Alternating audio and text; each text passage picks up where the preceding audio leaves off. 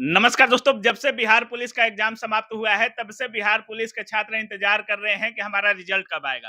त्योहारों का सीजन चल रहा है, लेकिन छात्रों के मन में एक ही सवाल है कि क्या मेरा इस बार बेड़ा पार होगा या नहीं होगा।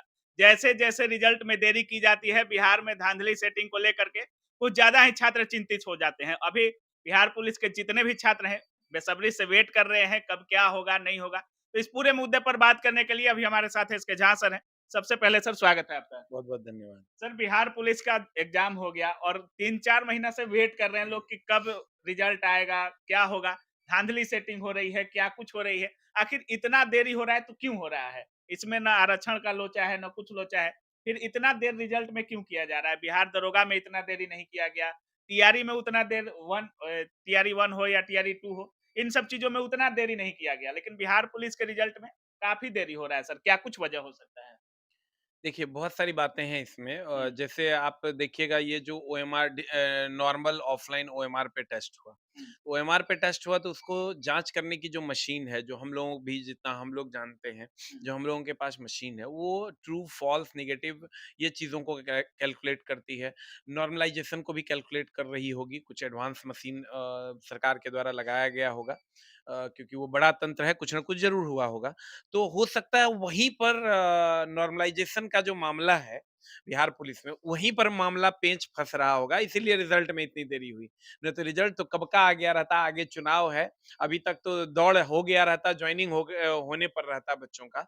लेकिन उसी में कहीं न कहीं बोर्ड जो है फँसी हुई है कि रिज़ल्ट जो है कैसे दिया जाए कि बच्चे संतुष्ट हों, कैसे दिया जाए कि बच्चों में अफ़रा-तफ़री का माहौल ना हो बच्चे संतुष्ट हों। इसी के लिए शायद हमको लग रहा है कि बोर्ड इतनी देरी कर रही है। नहीं तो आप समझिए इतना देर तो एग्ज़ाम में के रिज़ल्ट में एकदम नहीं होना चाहिए था।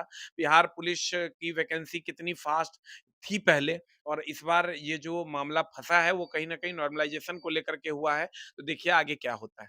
सर, पहली बार बिहार पुलिस के एग्जाम में बहुत सारे सेट तैयार किए गए थे। हर जिला का अलग-अलग क्वेश्चन भी आ रहा था। धांधली सेटिंग रोकने की बात की जा रही थी, लेकिन बहुत सारे छात्रों का ये भी आरोप था कि ओएमआर को छात्र खाली छोड़ दे रहे हैं, अंदर से रंगवाने की बात की जा रही है। तो क्या ये सब धांधली सेटिंग भी अंदर से हो रहा होगा, या छात्रों के मन में यह सवाल ज़रूर है सर? देखिए छात्रों के मन में ये सवाल है, इस पर अब सीधा आरोप-प्रत्यारोप करना सही बात नहीं है। हुँ, लेकिन अगर छात्रों के मन में ये सवाल है तो कहीं न कहीं इसको सही प्लेटफ़ॉर्म पर रखने की ज़रूरत है क्योंकि छात्र को संतुष्ट करना ये बोर्ड का दायित्व है। अगर बोर्ड एक परीक्षा कंडक्ट करवाती है तो वो छात्रों को उनको संतुष्ट करना होगा, उनको ये लग जाना चाहिए बच्चों को कि हाँ, मेरा इस कारण से नहीं हुआ। हुँ, तो उसी के लिए बच्चे लगातार माँग भी कर रहे हैं कि आप या तो ओएमआर जो है जारी कीजिए, आंसर की जारी कीजिए।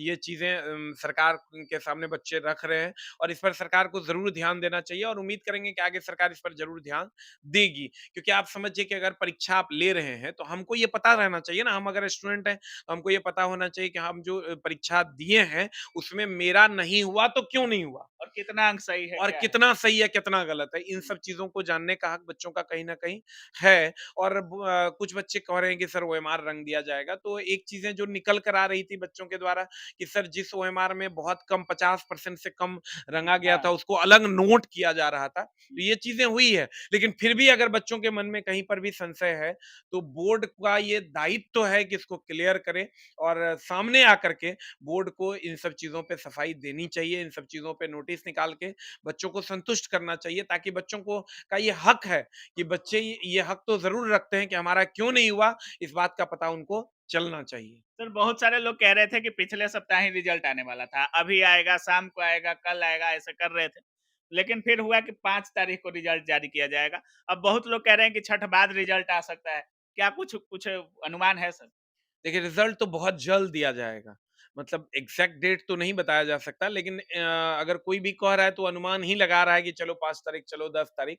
कोई भी कह रहा है तो ये डेट किसी को पता नहीं होता है। अगर कोई कह रहा है तो हो सकता है उनके सूत्र होंगे लेकिन रिज़ल्ट की अगर हम बात करें तो बहुत जल्द आपको रिज़ल्ट देखने को मिलेगा और हम पहले भी बोले थे कि जिन बच्चों का एक सर्टेन रेंज से ज़्यादा नंबर आ रहा है, वो बच्चे तुरंत दौड़ना शुरू कर दीजिए क्योंकि अगर रिजल्ट दे दिया तो रिजल्ट में तो ये परसेंटाइल के कारण मामला फंसा है नॉर्मलाइजेशन के कारण रिजल्ट देरी से आ रहा है, लेकिन रिजल्ट के आते ही बोर्ड भयानक एक्टिव हो जाएगी और तुरंत आपका फिजिकल हो जाएगा। इसलिए अगर आपका एक सर्टेन रेंज से ज्यादा नंबर, अगर आप यूआर में हैं और 60-65 नंबर आपका आ रहा है, 60 नंबर प्लस अगर आपका जा रहा है, उसी हिसाब से ओबीसी में अगर आप 55 प्लस आप जा रहे हैं, एससी एसटी में उसी से 5 हाँ, नंबर हाँ। कम कर दीजिए, उसी हिसाब से पीछे चले जाइए आप। अगर इतना नंबर आपका जा रहा है तो आप तुरंत जो है दौड़ना एकदम नहीं शुरू किए तो तो शुरू कर दरोगा में भी दीजिए। देखा जा रहा था कि 15 दिन, 20 दिन मतलब महीना दिन के अंदर फिजिकल वगैरह चालू हो जा रहा था। क्या इसमें भी कुछ देगा तो 20-25 दिन या महीना दिन समय दे सकता उससे ज़्यादा समय नहीं मिलेगा, है? हाँ। क्योंकि देखिए बोर्ड ऑलरेडी लेट है